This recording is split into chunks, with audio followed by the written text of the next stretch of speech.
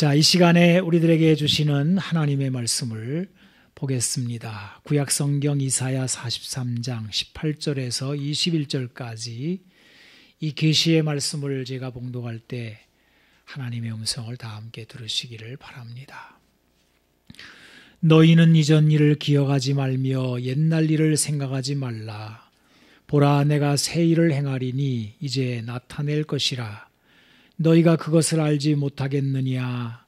반드시 내가 광야의 길을 사막의 강을 내리니 장차 들짐승 곧 승냥이와 타조도 나를 존경할 것은 내가 광야의 물을 사막의 강들을 내어 내 백성 내가 택한 자에게 마시게 할 것임이라.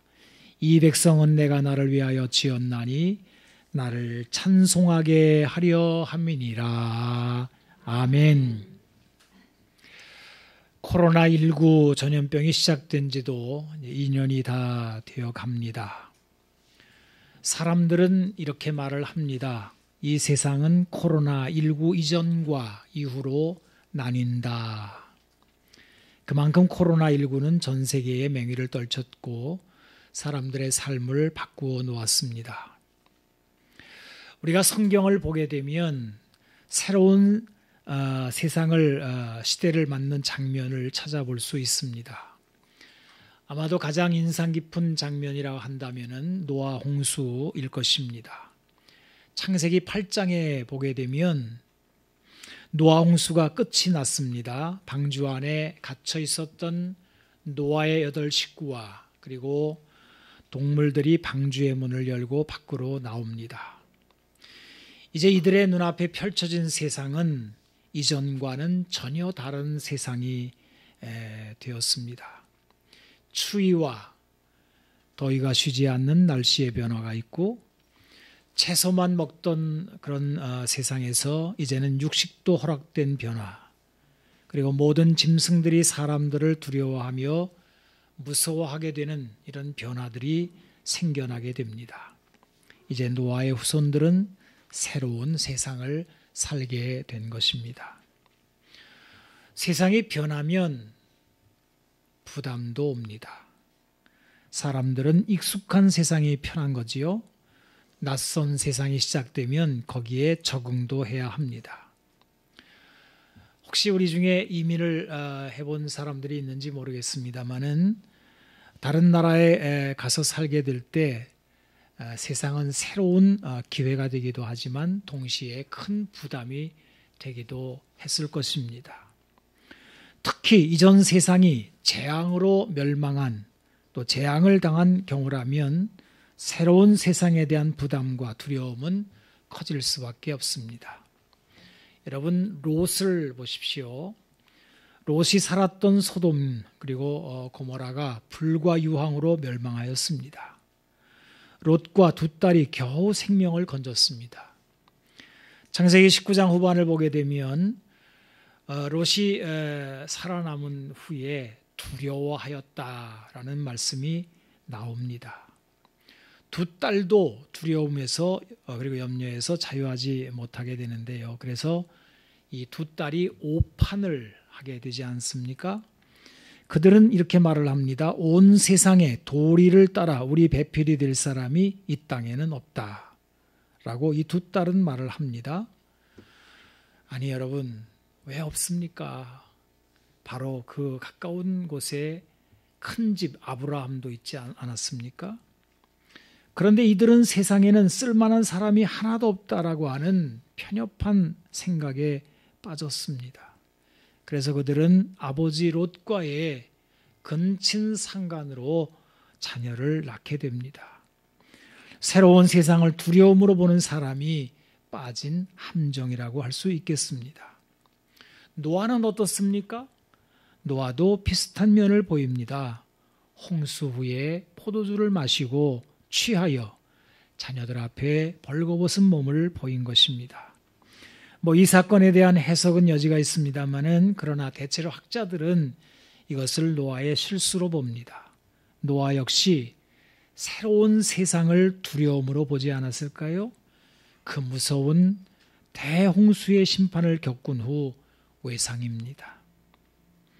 아브라함은 어떨까요? 아브라함을 믿음의 시작이라고 말들을 하는데, 하나님이 아브라함을 부르실 때 이 세상은 믿음이라고 하는 새 시대가 열리게 됩니다. 그런데 아브라함도 새로운 출발선에서 바로 똑같은 두려움에 사로잡히게 됩니다. 그래서 엉뚱한 생각을 하게 되지요. 창세기 20장 13절에 그 내용이 나옵니다. 제가 읽어보겠습니다. 하나님이 나를 내 아버지의 집을 떠나 두루 다니게 하실 때 내가 아내에게 말하기를 이후로 우리가 가는 곳마다 그대는 나를 그대의 오랍이라 하라. 이것이 그대가 내게 베풀 은혜라 하였었노라. 자기 아내를 누이라, 자기를 오랍이라 이렇게 속인 겁니다. 이 때문에 문제가 발생하게 되지요. 이것은 새 세상을 향해 나가는 사람들이 두려움으로 인해 빠질 수 있는 함정입니다. 여러분, 새 세상을 열 때마다 하나님이 이것을 잘 아셨습니다. 그래서 성경에는 새로운 시대가 시작될 때마다 나오는 말씀이 있어요. 두려워하지 말라라는 말씀이 계속해서 나오게 됩니다. 신명기에도 이 말씀이 나오지요. 왜냐하면 이제 이스라엘 백성들은 광야의 시대를 마감하고 가나안 땅, 약속의 땅으로 들어가 새 시대를 맞게 되기 때문입니다. 그래서 신명기에도 두려워하지 말아라. 가나안 땅에 일어나는 일들을 두려워하지 말아라 라고 말씀합니다. 특히 오늘 우리가 본문으로 읽은 이사야서에 두려워하지 말라라는 말씀이 참 많이도 나옵니다. 대표적인 말씀이 이사야 41장 10절일 것인데요. 제가 한번 읽어보겠습니다. 두려워하지 말라. 내가 너와 함께함이라. 놀라지 말라. 나는 내 하나님이 됨이라. 내가 너를 굳세게 하리라. 참으로 너를 도와주리라. 참으로 나의 의로운 오른손으로 너를 붙들리라. 여러분, 이사야서는 두 부분으로 나눠집니다. 이제 40장이 분수령인데요. 이 40장부터 바벨론 포로의 귀환이 이제 나옵니다. 70년 전 나라가 멸망하고 성전이 파괴된 유다 백성들이 오랫동안 바벨론에서 노예로 살았습니다. 이제 이들은 나라도 없고 또 성전도 없어졌습니다. 마치 벌집을 잃어버린 벌들이 정처 없듯 이렇게 자기들의 세상이 끝난 것으로 보였는데 갑자기 세상이 바뀐 겁니다. 바벨론이 멸망하고 페르시아라고 하는 나라가 생겨났습니다. 그러더니 고레스라는 왕이 유대인의 귀한 영을 내리게 됩니다. 이제 유다 민족은 새 시대를 맞았는데요. 사실 이것은 예언자들이 이미 말씀을 해 놓았습니다. 유다인들도 바벨론에서 선지자들의 글을 읽었기 때문에 앞으로 이제 얼마가 지나면 새 시대가 온다라고 하는 것을 머리로는 알고 있었습니다. 하지만 머리로 아는 것과 실제로 그들 앞에 새 세상이 펼쳐지는 것은 좀 달랐던 것 같아요. 그래서 이들은 이렇게 새 시대가 열려졌을 때, 해방령이 내려졌을 때 이렇게 말을 합니다. 바로 시편 126편 1절에서 3절에 그게 나와 있는데요. 여호와께서 시온의 포로를 돌려보내실 때 우리는 꿈꾸는 것 같았도다. 그때 우리 입에는 웃음이 가득하고 우리 혀에는 찬양이 찼었도다. 그때 문나라 가운데 말하기를 여호와께서 그들을 위하여 큰 일을 행하셨다 하였도다. 여호와께서 우리를 위하여 큰 일을 행하셨으니 우리는 기쁘도다. 이게 꿈인가 생신가? 여러분, 이런 표현은 사람이 전혀 생각하지 못한 일이 벌어졌을 때 하는 말이 아니겠습니까? 전에 약속하신 대로 바벨론의 포로에서 노임을 받았을 때 하나님이 큰 일을 행하셨다 하며 아예 꿈이야 생시야 그러면서 막 찬양이 막 터져 나왔다는 거예요. 그런데 이 찬송은 얼마 가지를 못합니다. 여러분, 비슷한 일이 그 이전에 성경에 나오잖아요. 출애굽할 때 홍해가 갈라지는 놀라운 일이 일어났습니다. 그래서 미리암이 손에 소고를 잡고 춤을 추며 하나님을 찬양하는 장면이 나오게 되는데요. 이게 출애굽기 15장 21절에 나오는데 22절을 보게 되면 이들이 광야로 들어서고 물을 얻지 못하는 상황이 이제 이어집니다. 마라라고 하는 곳에 이르렀는데 물이 써서 마시지를 못하겠는 거예요. 그때 백성들이 원망을 합니다. 이 원망이 나오는 게 24절이에요. 찬송이 변하여 원망이 된 것이 불과 21절에서 24절, 2절 사이입니다. 이와 마찬가지로 바벨론에서 해방된 유대 백성들의 입에 웃음이 가득하고 혀에 찬송이 찼지만 이제 이들은 광야길을 건너야 합니다. 바벨론과 예루살렘은 참 먼 길이었습니다. 그리고 그 사이에는 광야 같은 일들이 가로막혀 있었습니다. 새로운 시대는 열렸지만 이들 앞에 두려운 상황이 펼쳐져 있는 것입니다. 이내 찬송이 원망으로 바뀔 겁니다. 그래서 하나님은 두려워하지 말라라는 말씀을 주시고 있습니다. 여러분, 이제 제가 말씀 시작할 때도 말씀드렸습니다만 이게 옛날 얘기가 아니라 코로나19가 시대를 확 바꿔놨어요. 이게 종식이 지금 되어가냐 마냐 그거와 상관없이 코로나가 시작될 때 이미 새 시대가 시작이 된 거예요. 전혀 뒤로 되돌릴 수 없습니다. 그런데 우리가 편안하지가 않아요. 두려워요. 앞으로 어떻게 될까? 도대체 이 두려움의 출처는 뭘까요? 그래서 우리가 성경에서 새 시대가 시작될 때마다 벌어졌던 그 똑같은 환경을 다시 우리가 들여다보면서 그들을 두렵게 했던 게 뭔지를 한번 찾아보려고 합니다. 오늘 본문에서 한 두 가지 찾아보겠는데요. 도대체 하나님 백성들이 새 시대를 향하여 갈 때 두려움을 주는 것이 무엇일까? 첫째는 그들의 과거였습니다. 바벨론 포로기를 산 유대민족의 과거는 좋지가 않아요. 죄로 점철된 과거였습니다.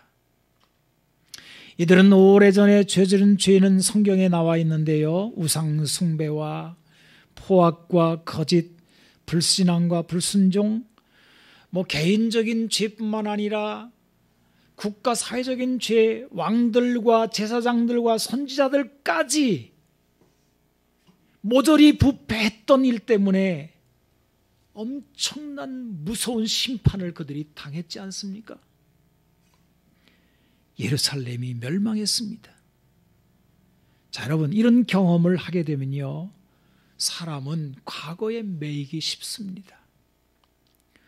오늘날 우리들도 뉴스를 통하여 죄짓고 유죄 판결을 받아 옥에 갇힌 사람들 이야기를 자주자주 이렇게 보게 됩니다. 너무도 끔찍한 죄를 짓고 인생이 망한 겁니다. 그들 가운데에는 이제 막 젊은 사람들도 있어요. 어린아이를 죽여놓고 감당할 수 없는 지금 심판 앞에 서 있는 사람들도 우리가 봅니다. 이런 걸 보면 저 사람은 자기가 저지른 죄가 날마다 진노를 터인데 이제 어떻게 살까라는 생각이 듭니다. 여러분, 죄는 사람을 이렇게 파괴합니다. 죄는 크든 작든 마찬가지입니다. 제가 죄라는 말을 했습니다마는 현대인들은 죄라는 말을 싫어하니까 후회스러운 일, 실수, 이런 것들로 바꿔서 말하기 좋아하는 것 같아요. 어쨌든 간에 내가 그때 그랬으면 안 됐는데 내가 정말 잘못 살았네 하는 이런 것들이죠. 역시 우리도 크든 작든 이런 거에 매여 있고 또 죄 가운데 살고 있기 때문에 우리도 자유하지 못합니다. 시편을 보게 되면 소시적에 지은 죄와 허물을 기억하지 말아달라는 말씀이 나오는데요. 여러분, 젊은 시절에 지은 죄가 평생 갑니다. 이게 발목을 잡아요. 유다 백성들이 해방되었지만 이 과거에 있었던 일들의 생각이 메어버려요.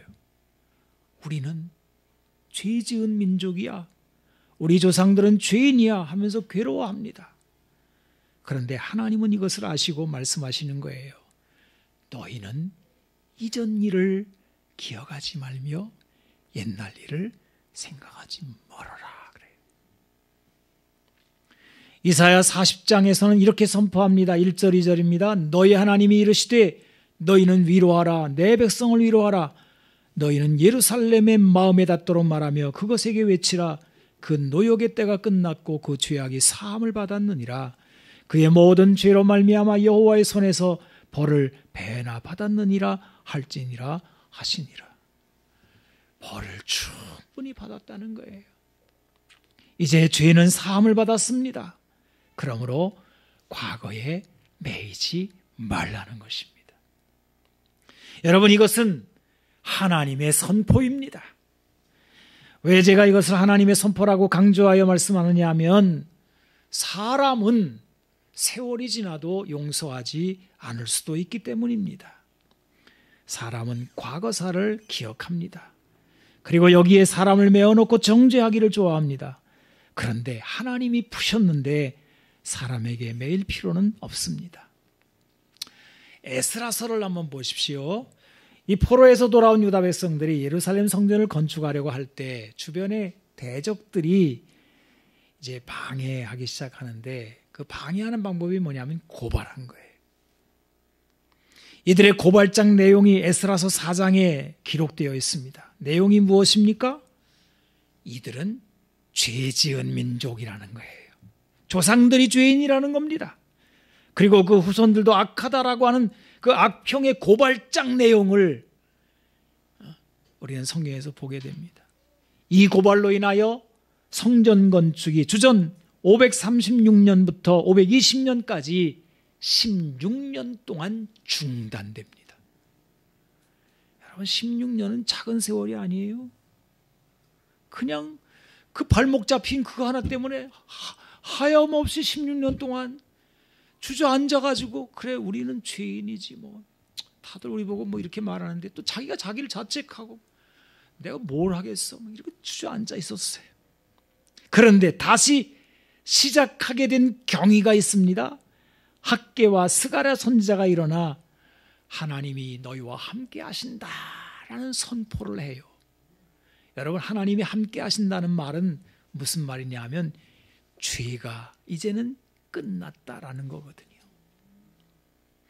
그래서 대적들이 또 와서 성전을 다시 지으려고 일어난 사람들을 향하여 누가 너희들에게 성전을 다시 지으라고 했느냐?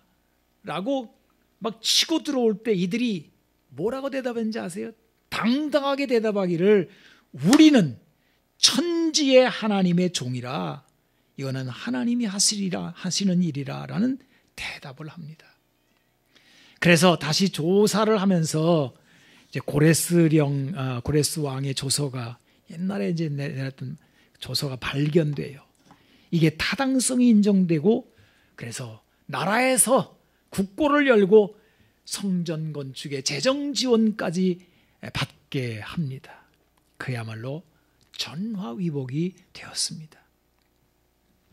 여러분, 하나님이 용서하셨습니다.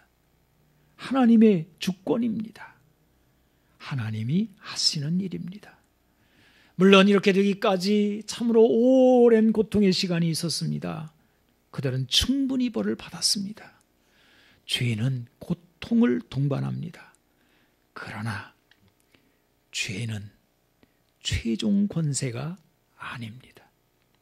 하나님은 죄를 사하시는 분이십니다. 하나님 안에 용서와 회복이 있습니다. 그래서 하나님이 찍은 마침표를 의문문으로 바꾸지 말라라는 말이 있어요. 그러므로 우리는 이전 일을 기억하지 말고 옛적 일을 생각하지 말라라고 하는 말씀을 붙잡아야 합니다. 고린도후서 5장 17절 그 유명한 말씀에 이렇게 나오지 않습니까? 그런즉 누구든지 그리스도 안에 있으면 새로운 피조물이라 이전 것은 지나갔으니 보라 새 것이 되었도다. 아마 여러분 이 말씀을 들으시면서 각자 다 느끼는 마음들이 있을 거예요. 왜냐하면 여러분 삶은 다 다르니까요. 가정에서 일터에서 지나온 세월 동안 계속 끊임없이 내가 그때 왜 그랬을까? 나 좀 잘못 살았던 것 같아. 참 부족했다. 내가 뿌린 씨가 이건가? 이런 그런 게 많이 있을 거예요. 그런데 이것들이 미래에 가는 그 발목을 잡고 우리를 나아가지 못하게 한다면 오늘 하나님 말씀에 주목하십시오.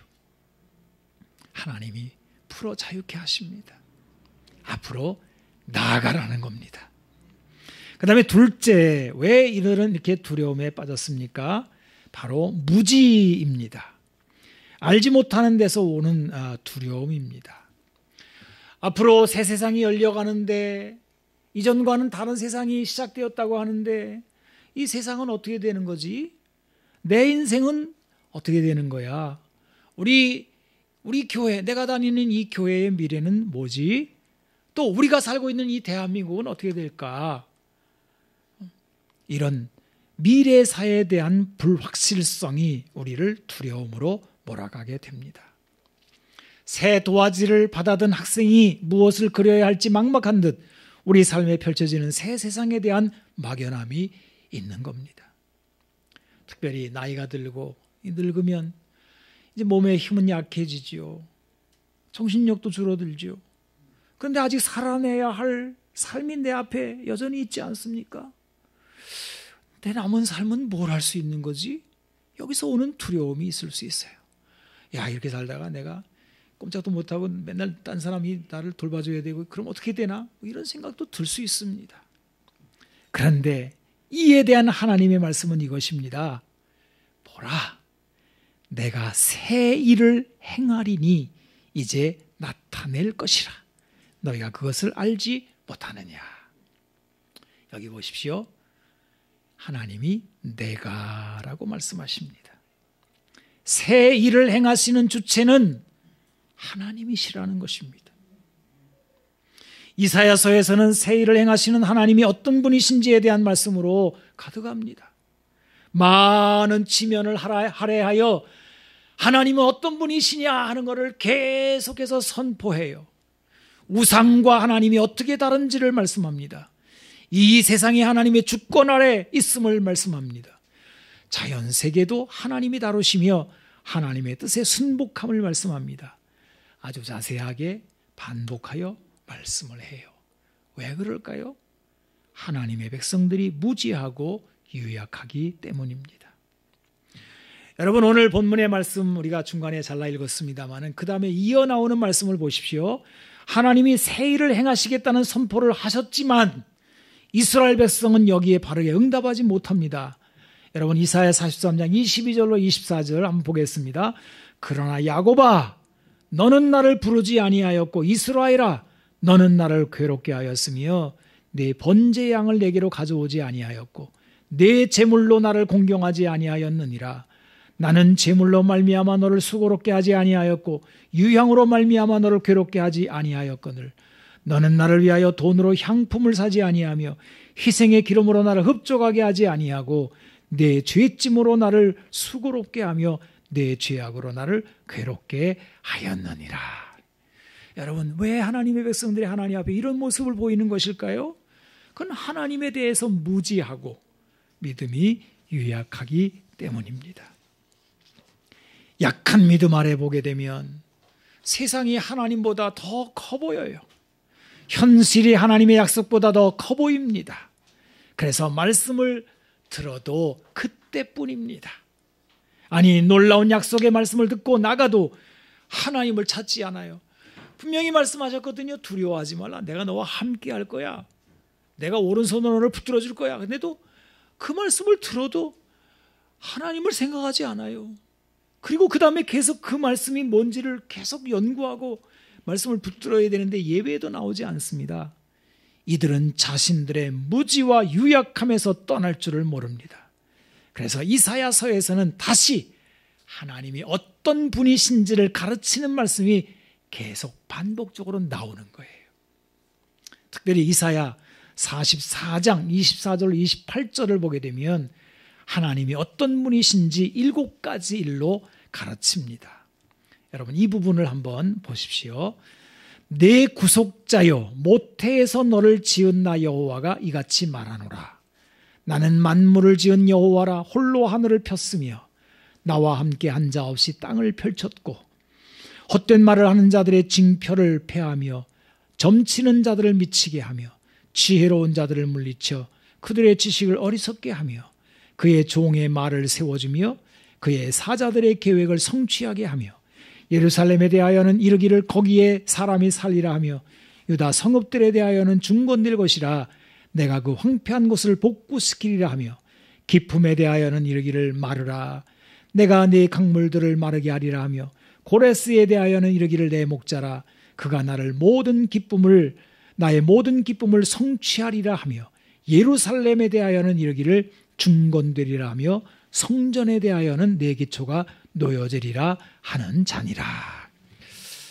여러분들이 이 말씀을 읽으면 재미가 없을 거예요. 왜냐하면 이건 그 당시에 유다 백성들의 지금 현실, 그들 앞에 놓여진 과제에 대한 말씀들이기 때문에 그들은 아마 눈을 동그랗게 뜨고 뉴스를 듣듯이 새 신문을 받아들고 그 뉴스를 듣듯이 아마 들었을 겁니다만은 이건 지금 다 지나간 과거 사이이기 때문에 여러분들이 이 말씀을 이렇게 선포해도 그냥 이렇게 듣게 되겠지요. 그런데 여러분 하나님은 어제의 하나님만이 아니시고 오늘 우리들의 하나님이십니다. 자 그렇지만 이제 이 말씀을 좀 성경에 기록된 거는 지나간 사를 다뤘더라도 거기에서 영원한 진리의 말씀이 있기 때문에 들여다볼 필요가 있는 거죠. 그 7가지가 이렇습니다. 하나님이 어떤 분이시냐 7가지 선포되는데 첫째, 하나님은 만물을 홀로 창조하셨다. 둘째, 하나님은 헛된 말 점치는 자 지혜로운 자들을 무의로 돌리신다. 셋째, 하나님은 그의 종들의 말을 세우신다. 넷째, 하나님은 예루살렘과 유다 성읍들을 중건하신다. 다섯째, 하나님은 기품이나 강물들을 마르게 하신다. 여섯째, 하나님은 세속 통치자인 고레스도 사용하신다. 그리고 일곱째, 하나님은 예루살렘 성과 성전을 중건하신다. 여러분 이 7가지를 잘 살펴보십시오. 하나씩 한번 묵상해 보십시오. 이것은 지금부터 2500년 전 유다 백성들에게 주신 말씀이지만 여전히 우리가 배워야 할 말씀들입니다. 그 7가지 내용이지만 요점은 3가지예요. 첫째 하나는 하나님은 창조의 하나님이시라는 것입니다.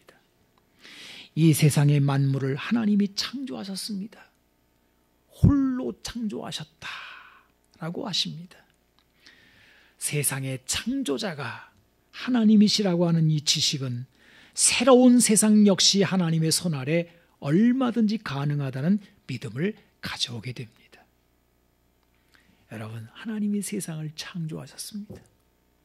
앞으로 되어질 모든 새롭게 되는 일들이 다 하나님의 손끝 아래에서 나오는 거라는 것을 여기서 유추해 볼 수 있습니다.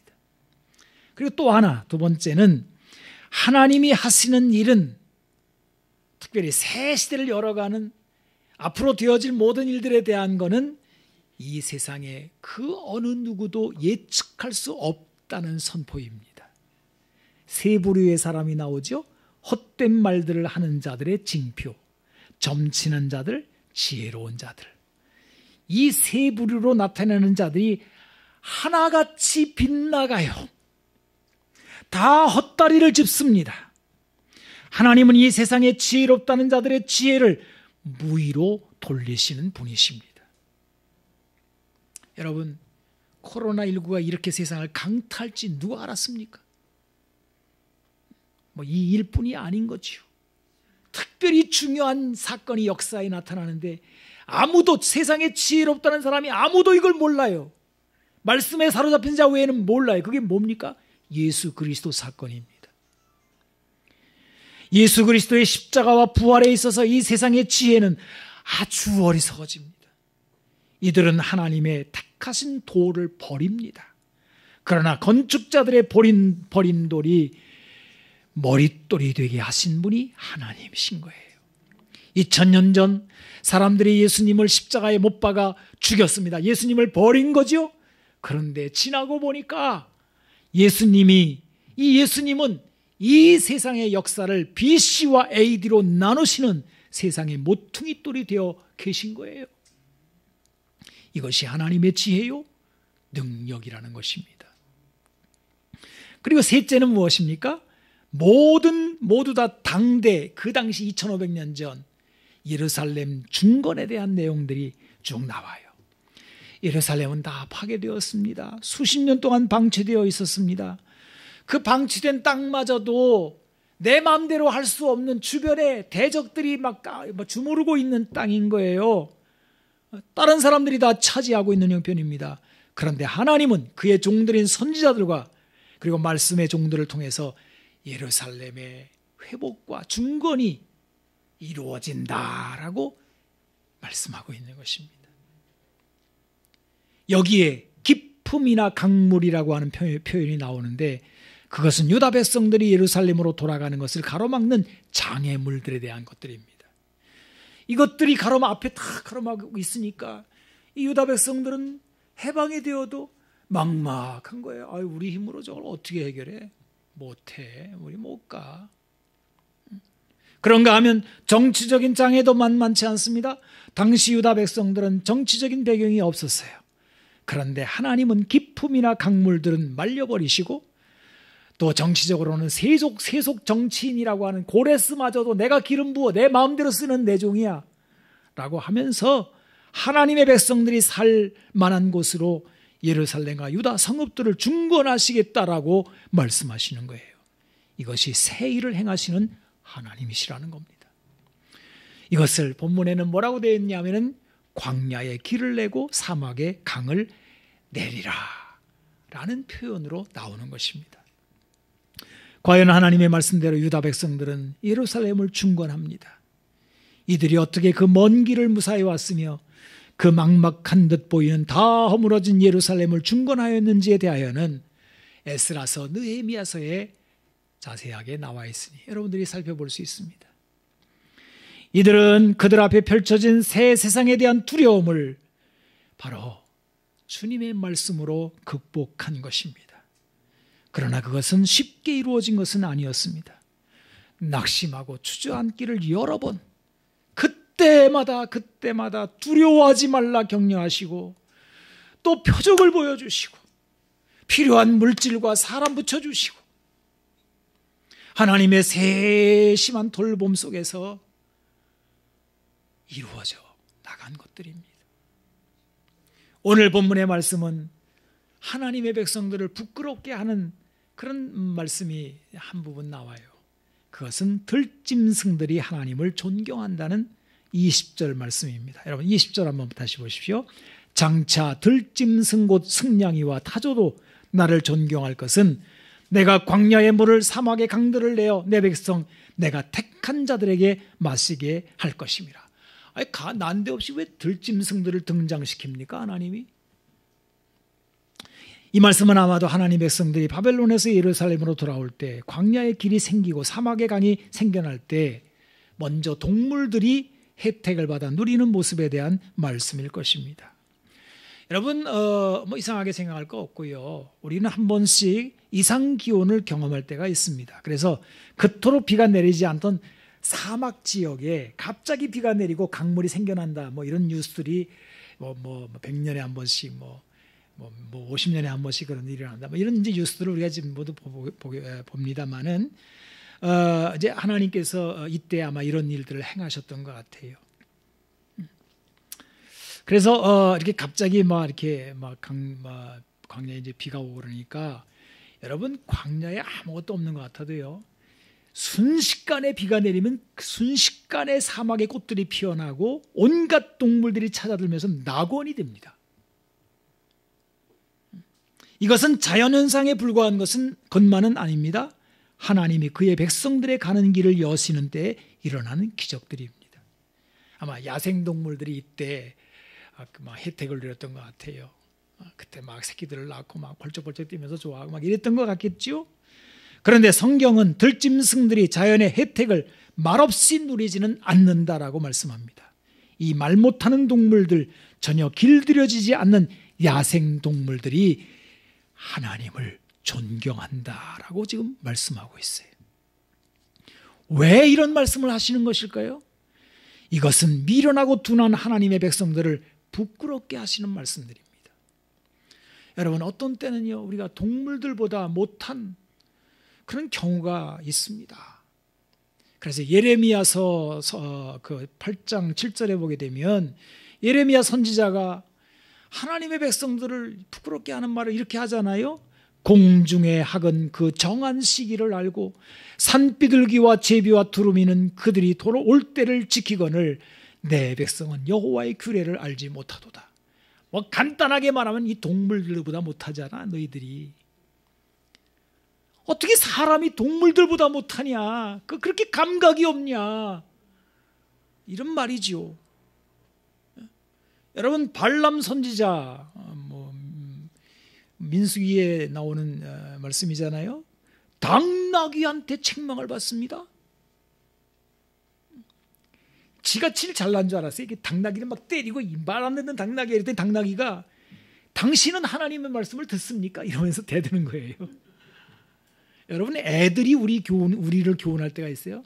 애들이 막 삐뚤어 나가잖아요. 그러면요, 그때 생각해야 돼요. 너는 하나님 앞에서 삐뚤어 나가지 않냐? 생각해야 돼요. 참으로 어떤 때는 강아지가 우리보다 나은 때가 있는 것 같습니다. 여러분, 이제 말씀을 마칩니다. 본문의 말씀은 이렇게 마칩니다. 이 백성은 내가 나를 위하여 지었나니 나를 찬송하게 하려 함이니라.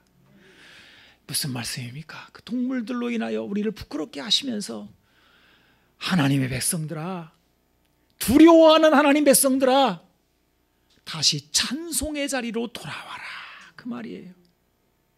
유다 백성들이 바벨론에서 해방될 때 그들의 입은 혀는 찬송으로 가득했었습니다.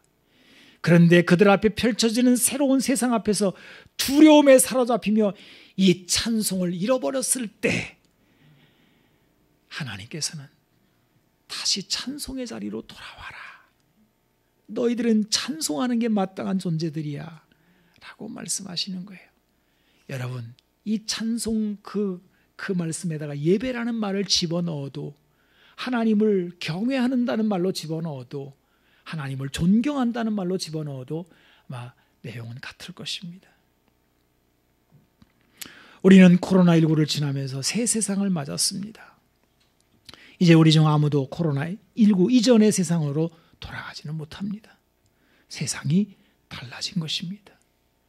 여러분, 두렵습니까? 염려스럽습니까?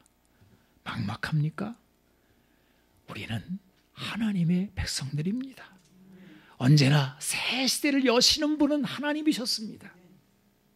하나님 없이 세상이 막 돌아가는 게 아니라는 얘기예요. 그러므로 이제 우리 앞에 펼쳐지는 세상도 우리를 위한 하나님의 그 손 아래, 그 계획 안에 있을 뿐입니다.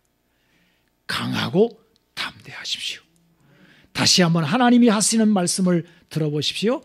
이사야 43장 1절로 7절에 나옵니다. 야곱아, 너를 창조하신 여호와께서 이제 말씀하시느니라. 이스라엘아, 너를 지으신 이가 말씀하시느니라. 너는 두려워하지 말라. 내가 너를 구속하였고 내가 너를 지명하여 불렀나니 너는 내 것이라. 내가 물가운데로 지날 때에 내가 너와 함께할 것이라. 강을 건널 때에 물이 너를 침몰하지 못할 것이며 내가 불 가운데로 지날 때에 타지도 아니할 것이요 불꽃이 너를 사르지도 못하리니 대저 나는 여호와 내 하나님이요 이스라엘의 거룩한 이요 내 구원자임이라. 내가 애굽을 너의 속량물로 구스와 스바를 너의 대신으로 주었노라. 내가 내 눈에 보배롭고 존귀하며 내가 너를 사랑하였은즉 내가 내 대신 사람들을 내어주며 백성들이 내 생명을 대신하리니 두려워하지 말라. 내가 너와 함께하여 내 자손을 동쪽에서부터 오게 하며 서쪽에서부터 너를 모을 것이며 내가 북쪽에게 이르기를 내놓으라 남쪽에게 이르기를 가두어 두지 말라 내 아들들을 먼 곳에서 이끌며 내 딸들을 땅 끝에서 오게 하며 내 이름으로 불려지는 모든 자 곧 내가 내 영광을 위하여 창조한 자를 오게 하라. 그를 내가 지었고 그를 내가 만들었느니라. 아멘. 자, 기도하겠습니다. 하나님은 우리의 하나님이십니다. 하나님, 우리는 나이도 많고 또 다음 세대를 어떻게 이렇게 세워야 될지도 막막한 그런 새 시대를 맞아서 정말 우리는 어떻게 해야 될지 두려움만 가득한 세월을 우리가 맞았습니다. 그러나 하나님, 두려워하지 말라고 노아에게 말씀하시고 아브라함에게 말씀하셨고 또 포로에서 돌아온 유다 백성들에게 말씀하신 그 하나님이 바로 지금 우리들의 하나님이신 것을 저희들이 말씀을 통해 확인하며 오늘도 그 하나님 말씀을 붙잡고 담대하게 새로운 세상에 나아가려고 합니다. 주여 필요한 것들을 채워주시고 하나님이 하시는 일들을 보게 하여 주시며 강하고 담대하게 하여 주옵소서. 우리의 미래는 절망이 아니라 소망인 줄로 믿습니다. 하나님, 우리의 미래는 우리가 자리에 누워 비참한 것으로 끝나는 것이 아니라 하나님의 나라가 이루어지는 것인 줄로 믿사오니 그 소망으로 살게 하여 주옵소서. 주여 감사합니다.